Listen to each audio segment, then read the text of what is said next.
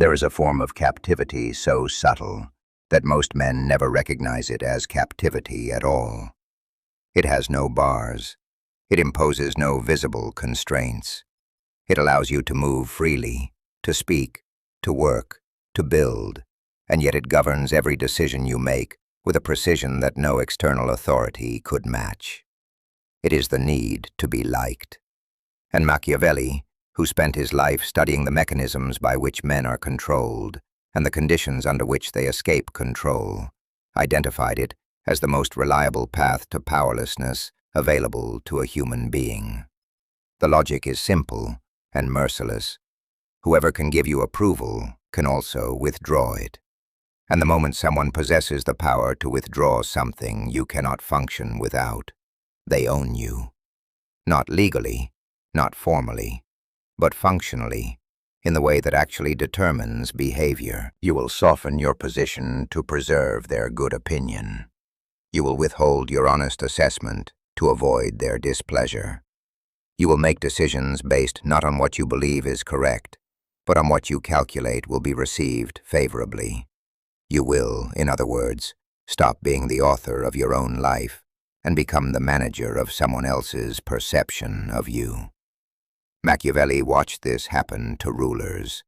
He watched men who commanded armies and governed territories be slowly hollowed out by the need for their subjects' affection, trading the authority that made them effective for the warmth that made them feel secure. And his observation was not sympathetic. He recorded what he saw with the detachment of a physician cataloging a disease.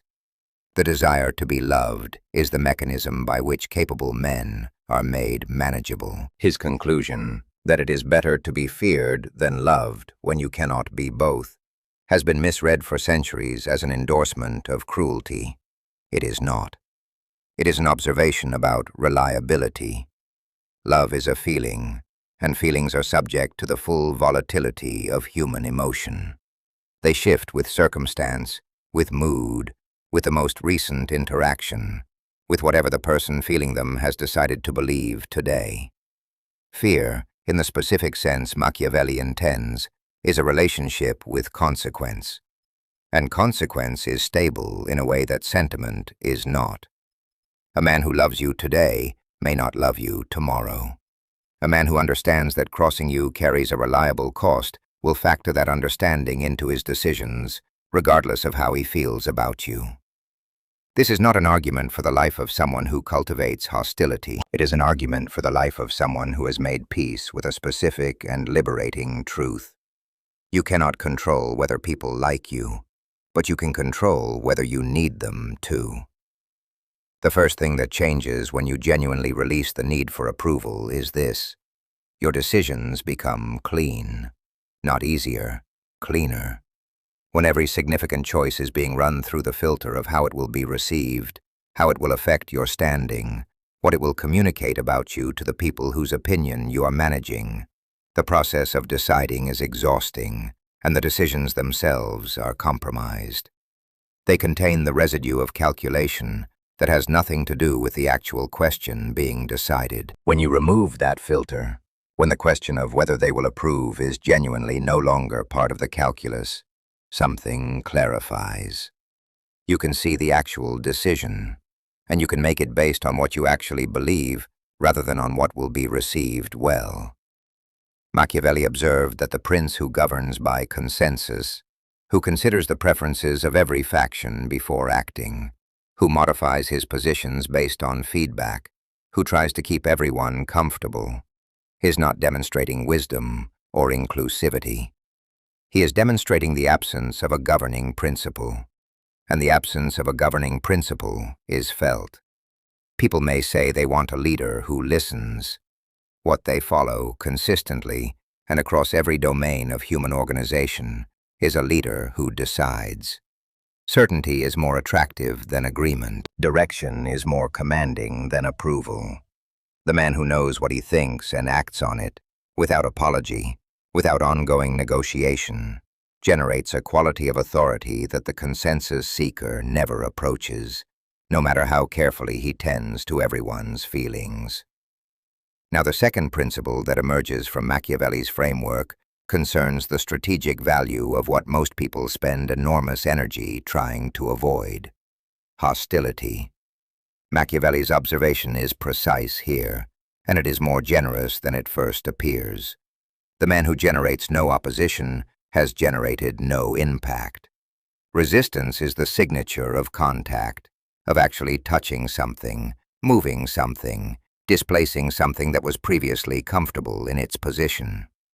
The person who passes through their life, having disturbed no one, challenged nothing, and made no one uncomfortable, has not achieved peace.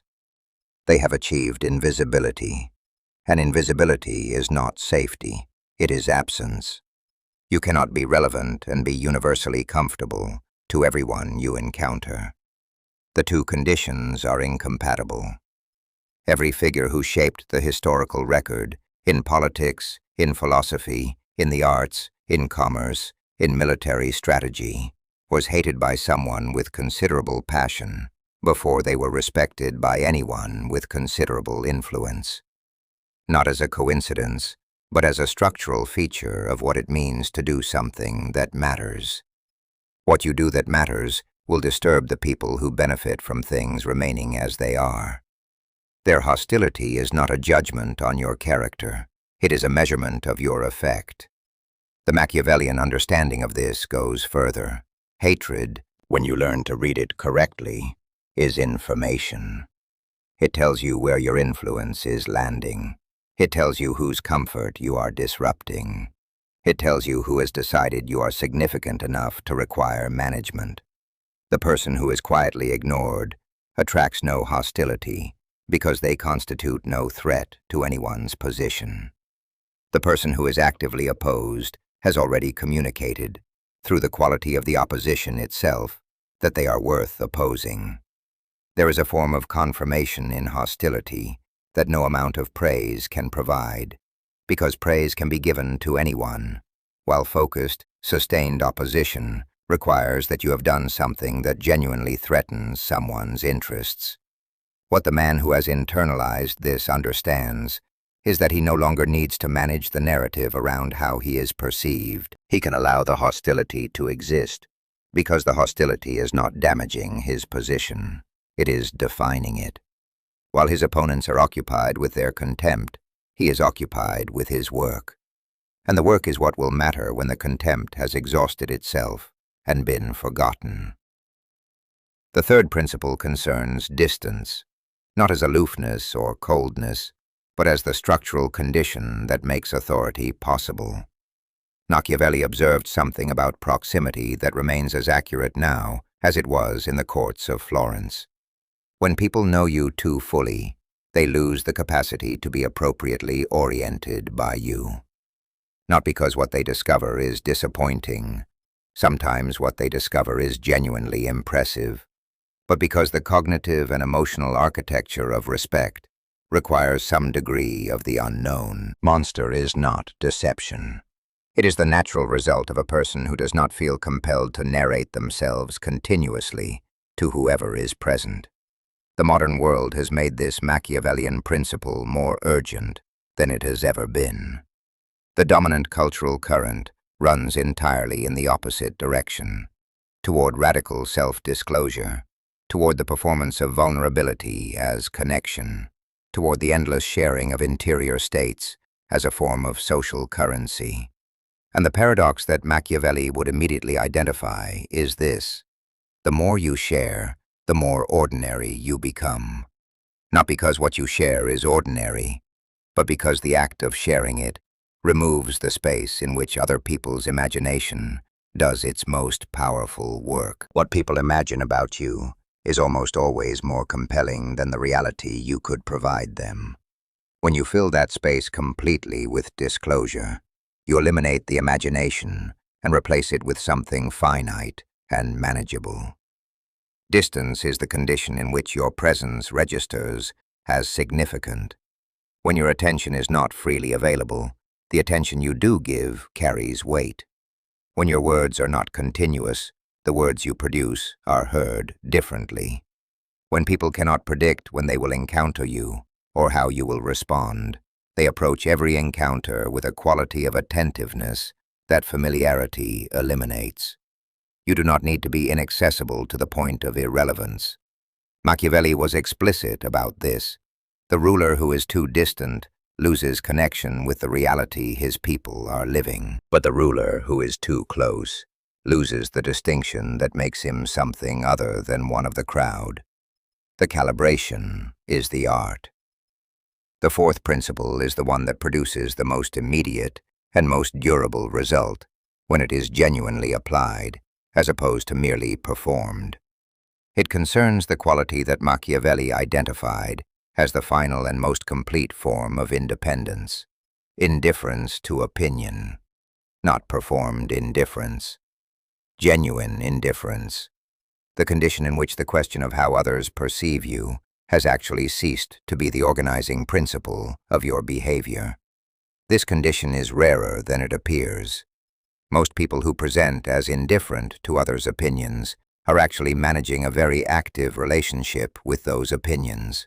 They are monitoring them, calculating their responses to them, and working to appear above them, while remaining entirely governed by them.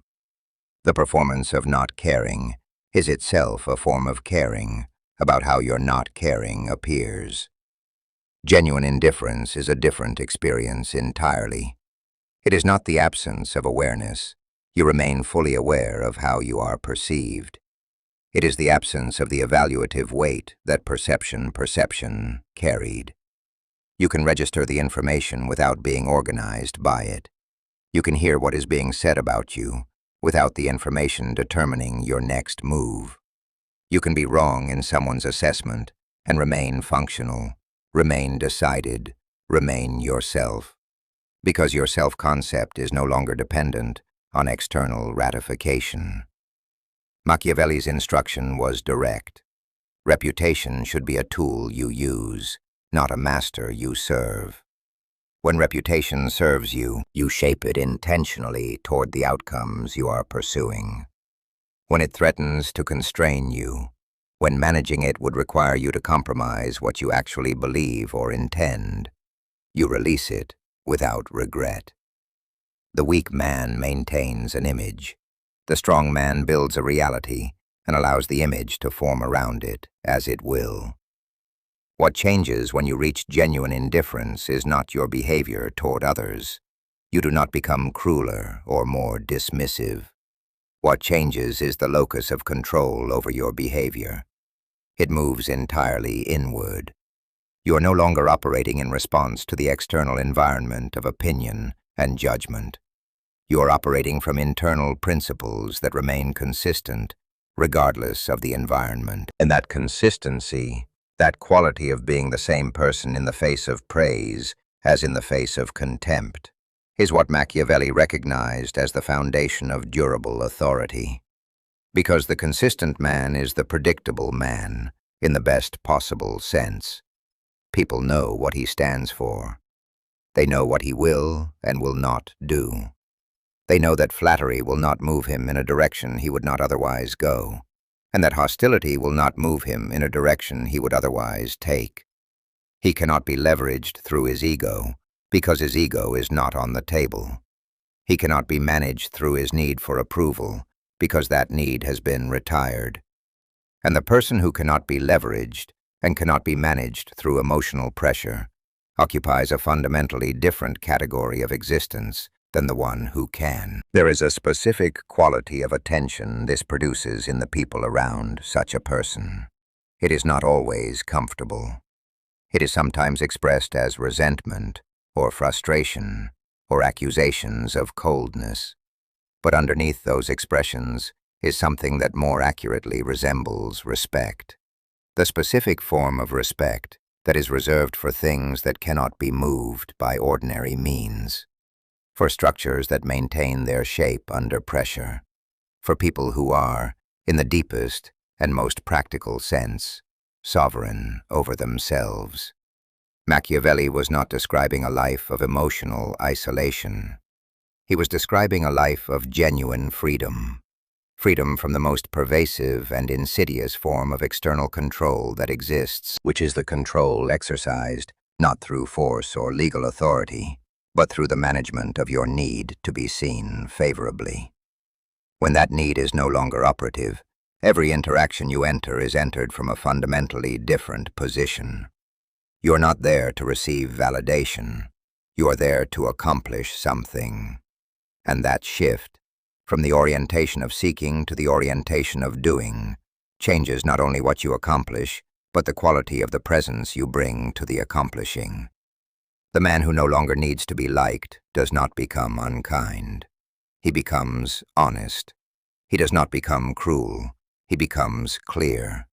He does not stop caring about people. He stops needing their assessment of him in order to function, in order to decide, in order to remain himself under pressure. And that man, that specific, uncommon, genuinely self-governing man, is the one that Machiavelli was describing across all the centuries of misreading, through all the accusations of cynicism and amorality that his work has attracted from people who confused his clarity with coldness.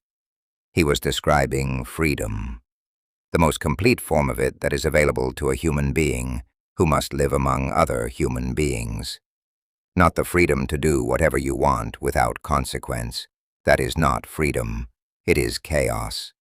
But the freedom to govern your own decisions from your own principles, to move through a world of opinions and judgments and pressures, and maintain the thread back to what you actually think, what you actually believe, what you actually intend. That thread is what Machiavelli valued above every other form of power, because every other form of power can be taken from you by someone who possesses more of it.